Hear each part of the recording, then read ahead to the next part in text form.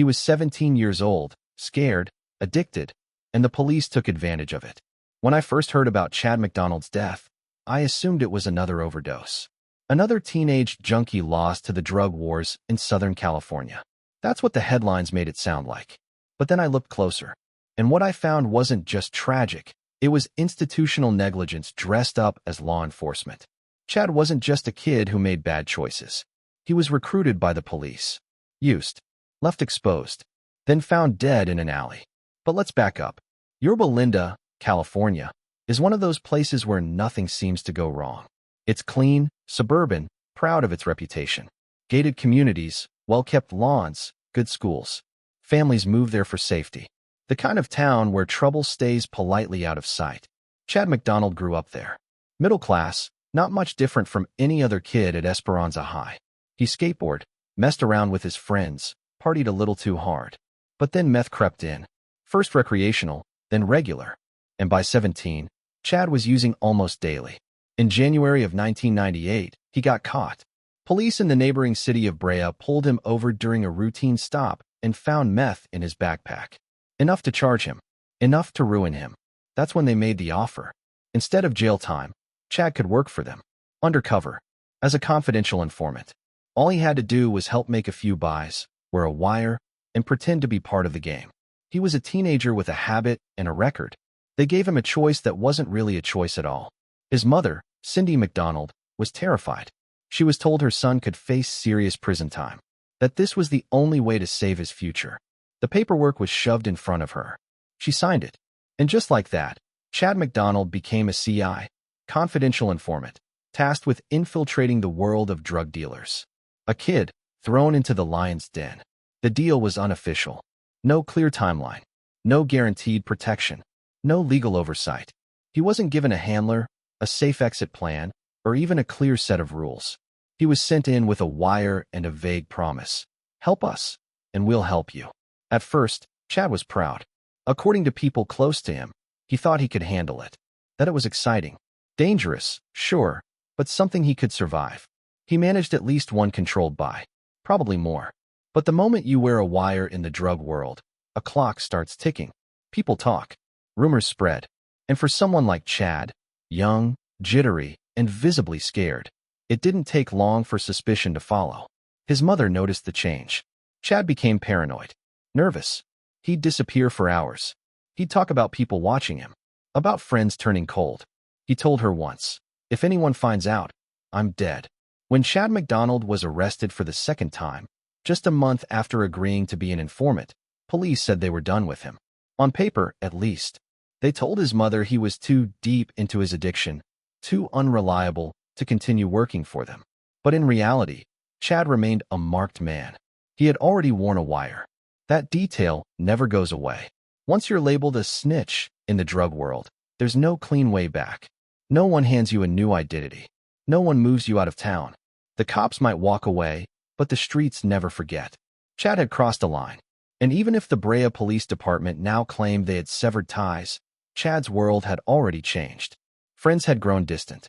Dealers he used to hang with barely made eye contact. The fear in his voice had become constant. I listened to several voicemail recordings left for a cousin, a few days after his second arrest. He spoke in fragments, paranoid, panicked.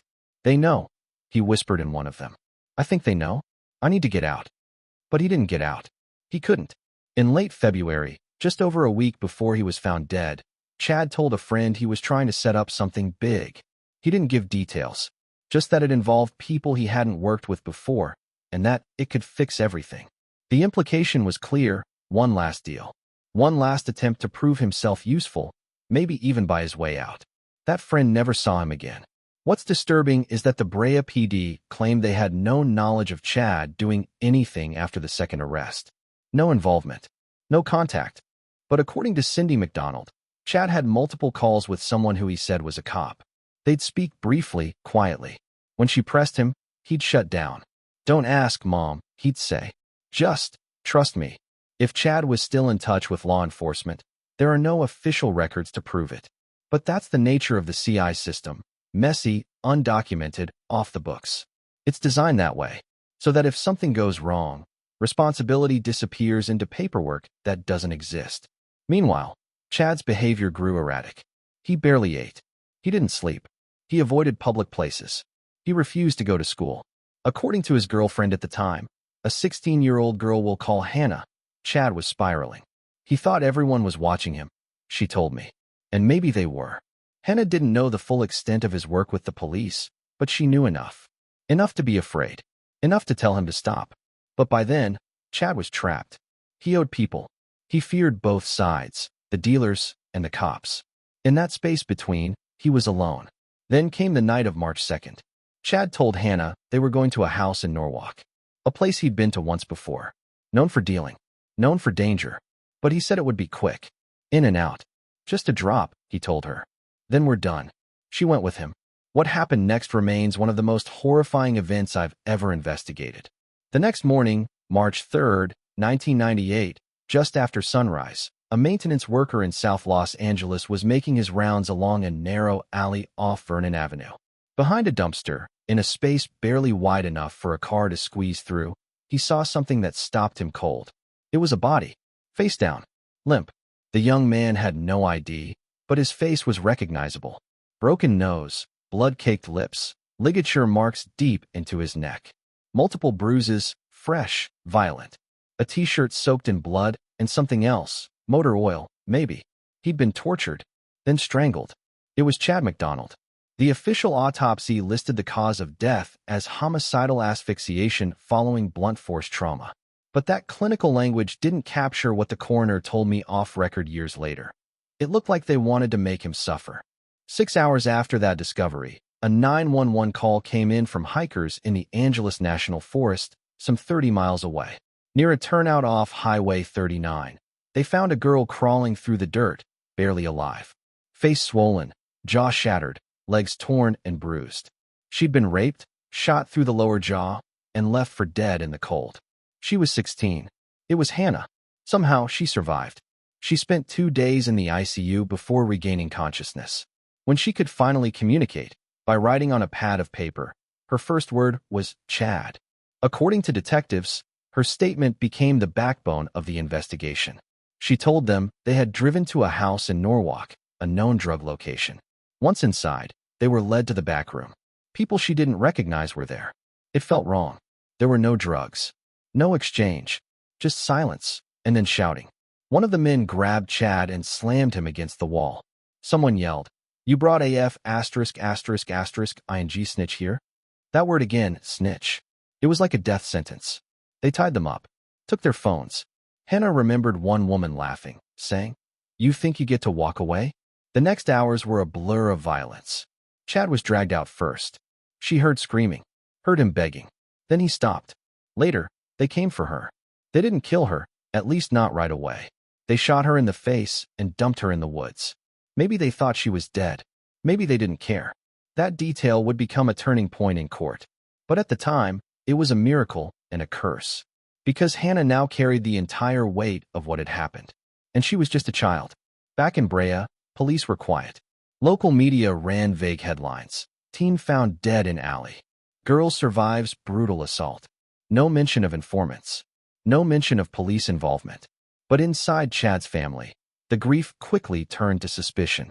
His mother asked the most obvious question: why was my son there in the first place? And more importantly, who sent him? No one gave her an answer. Not yet. It didn't take long for arrests to be made. By late March 1998, authorities had in custody 3 suspects: Michael Martinez, age 21, Florence Noriega, 28, and Jose Ibarra, 19. All 3 had criminal records. All 3 were tied to the house in Norwalk where Chad and Hannah were last seen.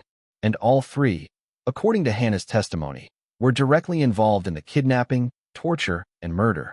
What struck me, going through the court transcripts years later, was how clean the prosecution kept the narrative. The motive was presented as simple: Chad owed someone money. Or maybe he disrespected the wrong people. Drugs were mentioned. Gangs were alluded to.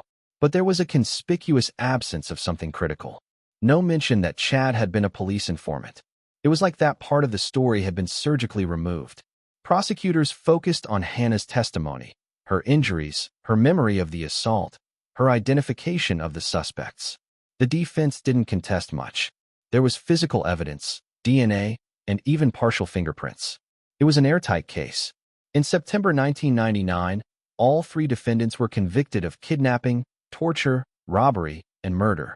By 2001, they were sentenced to life in prison without the possibility of parole. Justice, in the legal sense, was served. But something didn't sit right with me. I spoke to one of the detectives involved in the case. Off record, late at night, after he'd retired. I asked him directly, was Chad still working with law enforcement when he was killed? There was a long pause. He wasn't on our books anymore, he finally said. That's all I can tell you. Which isn't an answer. It's a dodge. When I filed a public records request with the Brea Police Department, I received only a handful of heavily redacted pages. Most of them confirmed what we already knew, that Chad was arrested in January, that he agreed to cooperate, and that the department considered the matter closed after his second arrest. But buried in the paperwork was one handwritten note, dated February 25th. A brief entry in an officer's log. CM contacted by phone. Said he had a possible buy set up for March 2nd. Location, NWK.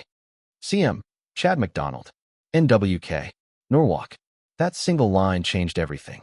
Because it meant that, despite the official claim that the department had cut ties with Chad weeks earlier, someone was still talking to him. Someone knew he was going to Norwalk. Someone knew he was trying to set up a deal. But when I brought that to Brea PD, they declined to comment. No follow-up. No internal review. No admission. The system had moved on. Chad's family hadn't. Cindy MacDonald, his mother, started speaking publicly. Quiet at first, then louder. She gave interviews. Filed complaints. Demanded records. She wanted the truth. What she got, instead, was silence. And then a wall. Because officially, the police had done nothing wrong. Chad had volunteered. His mother had signed the agreement. He was responsible for his own actions. Case closed. But I had seen enough to know this wasn't over. There were cracks in the story. And just behind them, something darker was waiting to be uncovered. In 2000, Chad's family filed a wrongful death lawsuit against the Brea Police Department. The claim was straightforward. By recruiting a 17-year-old drug-addicted minor to work undercover without legal safeguards or proper supervision, the department had directly contributed to his death. They argued that Chad was manipulated, pressured into something he didn't understand and wasn't equipped to survive. The police had their defense ready. They pointed to the cooperation agreement, signed by Cindy MacDonald. They argued that Chad's involvement was voluntary, that he had ceased being a CI weeks before his murder, and that his death was simply the result of poor personal choices. In other words, he did this to himself. The lawsuit was dismissed. The court ruled that the police held no legal duty to protect a confidential informant once he was no longer active. The ruling barely made the news. But to me, it smelled like closure by convenience. So I kept digging. In 2002, through a confidential source inside the city attorney's office, I received a set of internal documents that had never been made public. Among them was an early draft of the department's CI policy, dated late 1997, just weeks before Chad's recruitment. It outlined specific guidelines for using juvenile informants. No minor was to be used without written approval from the district attorney's office. A guardian must be present during any operational planning. A psychological evaluation was strongly recommended. Each minor must be assigned a dedicated handler. Chad had received none of that. There was also something else, an internal memo from February 1998, labeled Eyes Only. It mentioned CI for MacDonald and noted his potential high-value contacts in NWK, Norwalk. The memo instructed that follow-ups are to remain verbal and undocumented unless contact is successful. In other words, keep it off paper. This wasn't negligence. This was deliberate. Someone inside Brea PD knew exactly what they were doing. They were continuing to use Chad, unofficially, because it was convenient. And when it ended in death, they deleted the trail. Or so they thought. But the paper trail always leaves a shadow.